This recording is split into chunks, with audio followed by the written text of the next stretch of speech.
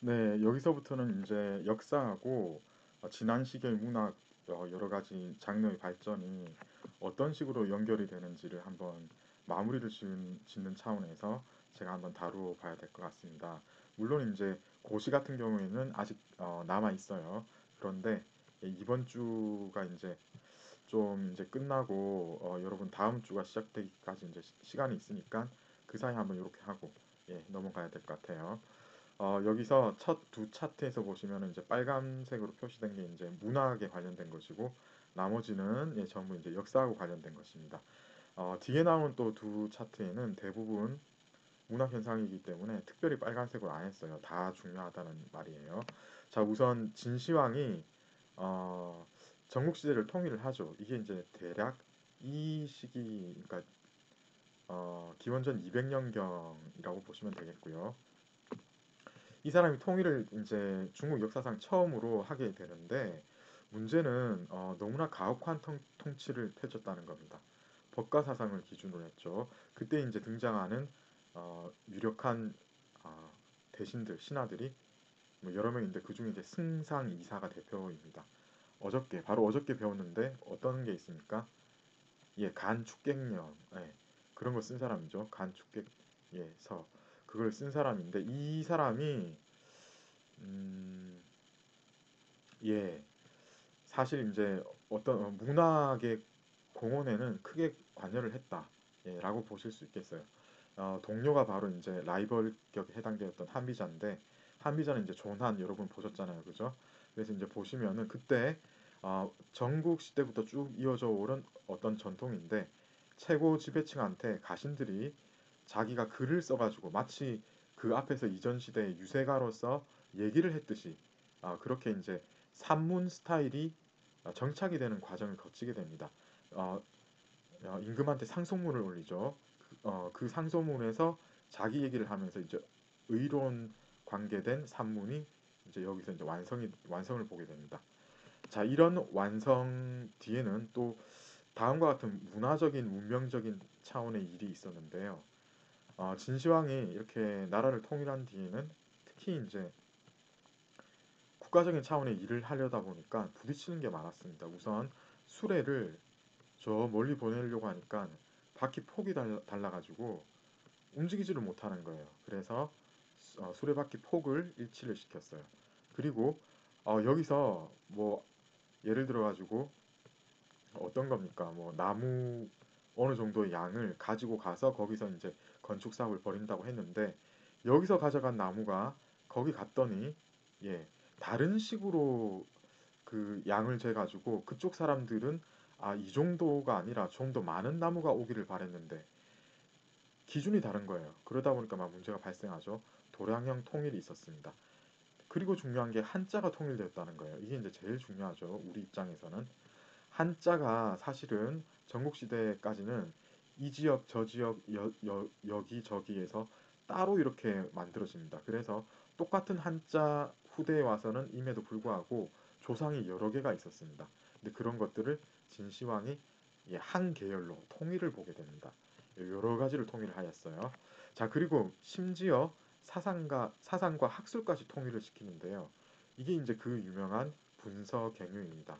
법가 사상으로 지배를 하려다 보니까 다른 사상은 다 그냥 때려잡은 거예요. 그래서 이제 유학에 관련된 모든 서적을 불사르고 유학자들을 산채로 파묻고 이런 만행을 저지릅니다. 그래 이런 식으로 이제 나라를 다스리다 보니까 이게 지금 제대로 될 리가 없잖아요, 그죠? 진시황 치세에 얼마 못 갑니다. 여기 보시면은 여기서 불과 10년까지밖에 못 가요. 이 사이에 그냥 어, 이렇게 강력한 제국이 어떻게 이렇게 갑자기 망할까? 그냥 갑자기 망해버리는 겁니다. 진시황이 사망을 했는데 이거는 좀 전에 이제 제가 잠깐 언급을 드렸는데 이 사람이 이제 모든 것을 인생에서 다 이루다 보니까 어, 그러면은 남는 게 무엇입니까? 그것을 최대한 누리고자 하는 것이지요. 그래서 오래 살려고 신선이 되려고 불로초 구하려고 우리나라에도 사람을 보냈다고 일본에도 보내고 그리고 온갖 이상한 사람들 한마디로 이상한 사람들이에요. 그냥 돈 받으려고 뭐 이상한 약 파는 사람들 불러가지고 이 약 저 약 먹다가 수은을 먹고 수은 성분 진시황 그 파보니까 결국은 어떻습니까? 수은 중독됐다고 하죠. 이 지금 지방 순찰 중에 병사를 했는데 갑작스럽게 수은 중독으로 죽은 겁니다. 이러다 보니까 지금 중앙 그 뭐야 그 수도에서 죽은 게 아니고 지방에 가서 죽었습니다. 이거 어떻습니까? 이러면은 그 중앙에 어떤 권력의 큰 공백이 일어날 수밖에 없습니다. 그죠? 안정적으로 2세한테 왕위가 이제 황위가 계승이 안 된 상태예요. 이때 환관 조고가 승상 이사 등을 예, 뒤에서 막 짜가지고 뒤에서 이제 부려가지고 자기가 마음대로 부릴 수 있는 사람인 차남 호해를 왕으로 황제로 올리게 됩니다.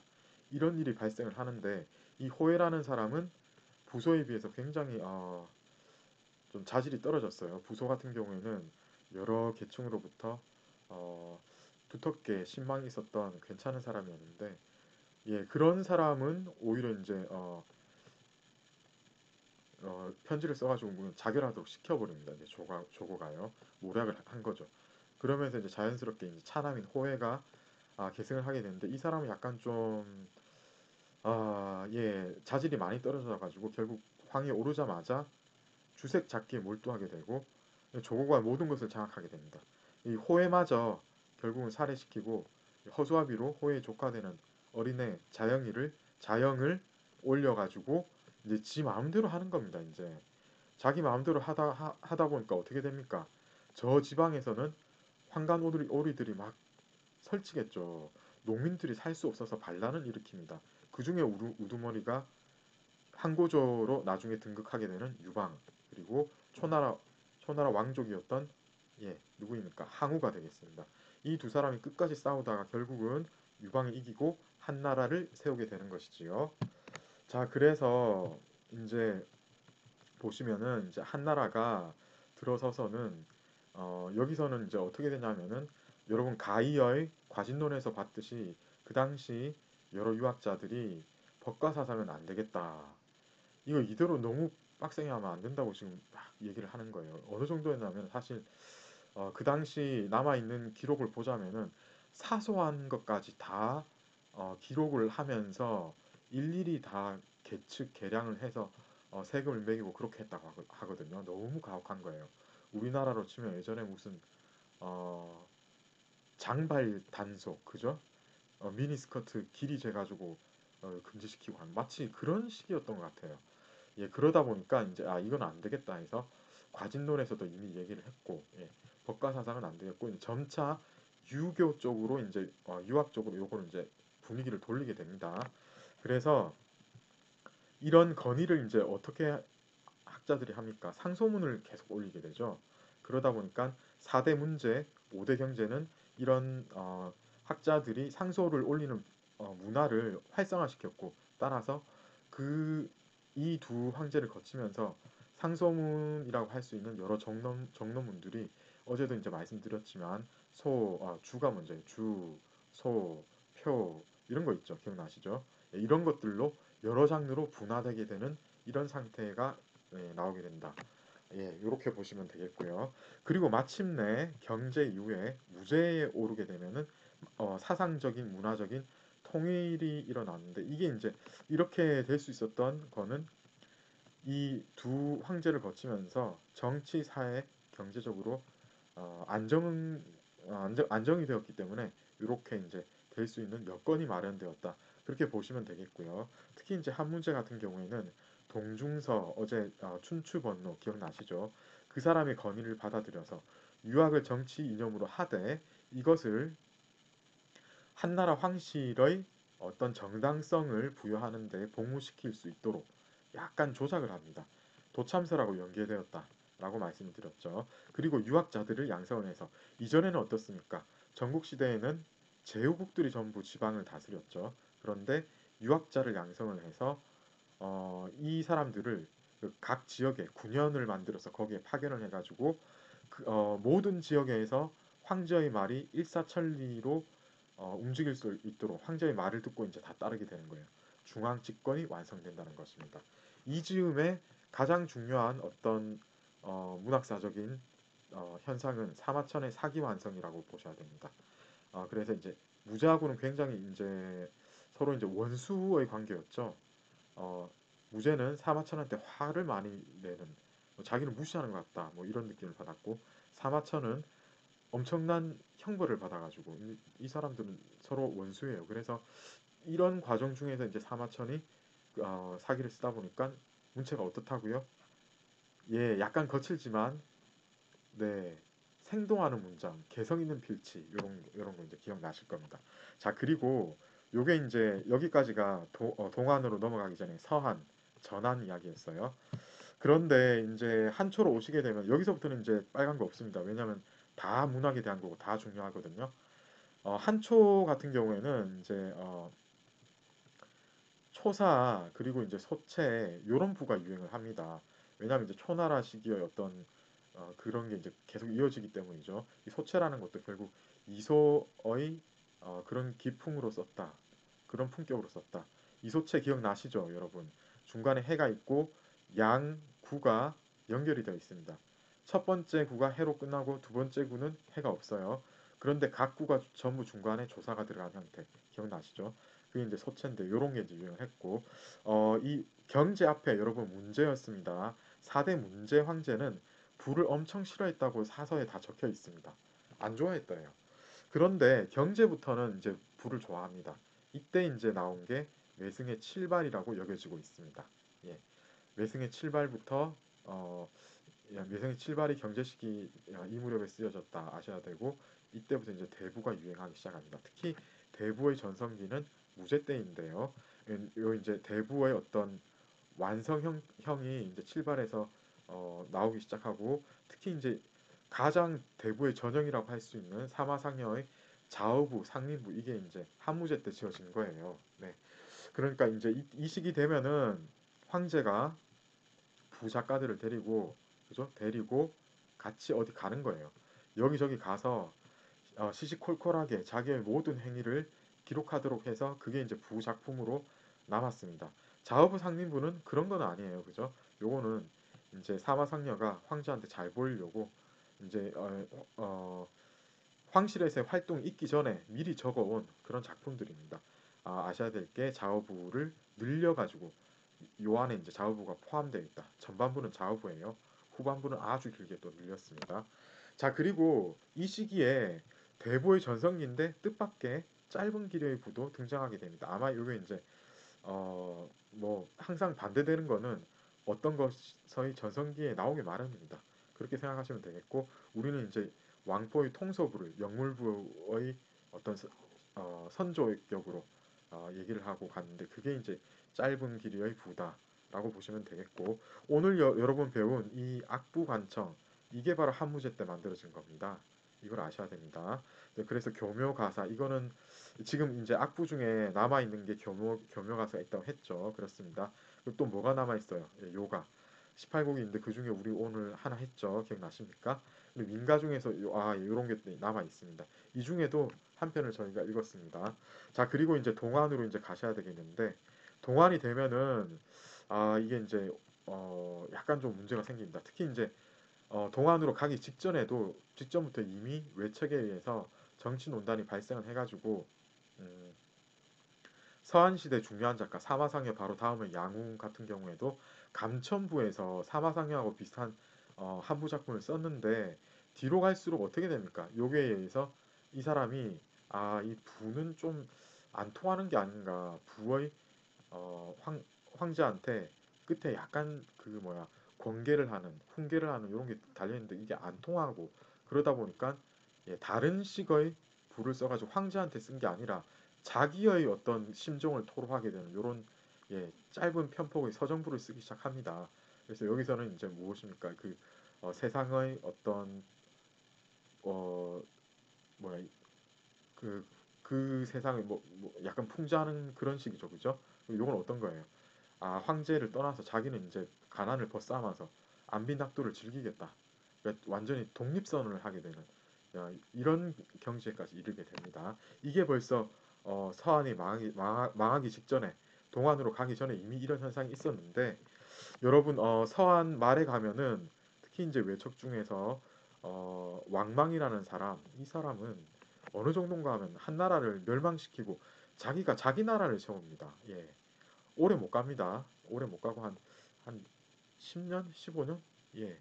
그 정도밖에 못 가는데 북방 이민족한테 침략을 받게 되고 뭐 여기저기 농민 반란이 일어나서 왕망 오래 못 가고 어, 서한 그 황실의 핏줄 중에 하나인 핏줄이 이어지는 광무제라는 사람이 낙양에 도읍을 정하고 이때부터 이제 우리는 이 한나라를 후한 후에 지어졌다고 이제 후한 그리고 동쪽에 도읍이 있다고 동한 이렇게 얘기를 하거든요.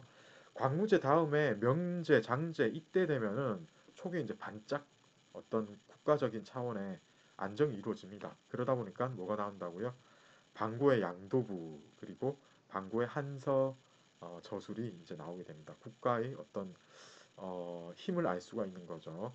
그런데 이 동안은 얼마 못 갑니다. 얼마 못 가서 어린 황제들이 등극하면서 이 외척하고 황관들이 이제 피 터지게 싸우기 시작합니다.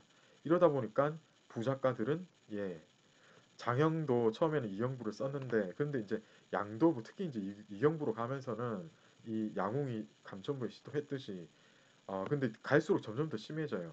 황제한테 이거는 이렇게 하는 게 옳습니다. 저건 저렇게 하시면 안 됩니다. 이런 식으로 권고를 되게 많이 하거든요. 그런데 이게 다 안 통하고 그죠? 그래서 이제 특히 야옹이 거기에 대해서 이제 자괴감을 느끼고 반성을 하게 되는 그런 계기가 있었다고 하는데 장영은 특히 이 환관한테 크게 대이는 사건이 있었습니다. 쫓겨나게 되죠. 환관한테 모함에 걸려가지고 축출을 당합니다. 이때 뭐를 썼다고요? 이소 닮은 이소의 형을 그대로 이제 모방을 한 사연부 그리고 아예 그냥 집으로 내려가자 낙향을 하자 귀전부를 쓰게 되는데 이 귀전부가 문학사적으로 가치가 있어서 중요하게 취급된다고 했죠. 자 이런 것들 이제 이런 역사적인 맥락하고 같이 하시면은 여러분들 이해하시기가 한결 편하실 것 같습니다. 자 그리고 우리 오늘 배웠듯이 오원시가 이때부터 이제 악부민가가 이제 오원이 나오듯이 오원시의 형태가 나오기 시작합니다. 그리고 드물지만 칠원시도 등장하기 시작합니다. 이런 것들을 바로 다음 시간에 우리가 지금 배우게 되겠습니다. 자 그리고 이제 악부민가 오늘 배웠던 내용하고도 이제 다 연결이 되는 게 있다. 이런 걸 아시고 자 그래서 이렇게 해서 이제 지난 시기 고시를 제외하고는 다 배웠습니다. 공지가 있는데요. 중간고사를 실시하는데 어, 제가 이거를 이번에는 시간을 많이 줍니다. 이틀을 주겠어요. 블랙보드에서 여러분들 이 시기에 가시면은 시험지를 다운로드 받으실 수 있는데 다음 날 오전 9시까지 블랙보드에 혹은 여기 탑재하시거나 저한테 이렇게 아니 둘 다 하셔야 되겠어요. 이렇게 왜냐하면 이제 제가 블랙보드에서 피드백 드리는 게 좀 제한될 수 있다는 걸 발견했거든요. 그래서 이거를 여기도 이제 탑재를 해주시고 저한테도 이메일로 제출해 주시면은 제가 이거를 잘 채점을 해서 빠른 시일 내에 돌려드리도록 하겠습니다. 여러분 기말고사 같은 경우에 지금 이 코로나19 상황이 어떻게 되는지에 따라서 이 사정이 굉장히 달라질 것 같습니다. 만약에 기말고사를 교실에서 실시한다면 지금 이 중간고사 그대로 라고 보시면 되기 때문에 이 중간고사가 굉장히 의미가 있겠습니다. 그런데 만약에 기말고사가 예, 교실에서 칠 수 있는 여건이 안 된다면 어떻게 해야 될까요? 제가 아직 고민 중입니다. 중국 고정강독 같은 경우는 이미 정했는데 그거는 그렇게 하면 되거든요. 그런데 이제 중국 고전문학사는 장르가 조금 달라서 제가 좀 생각을 해봐야 될 것 같아요. 다른 방법을 생각을 해서 빠른 시일 내에 그것도 이제 코로나19 상황에 맞춰서 공지를 드려야 되겠지만 어쨌든 최대한 빨리 여러분께 알려드리도록 하겠습니다. 수고하셨습니다. 감사합니다.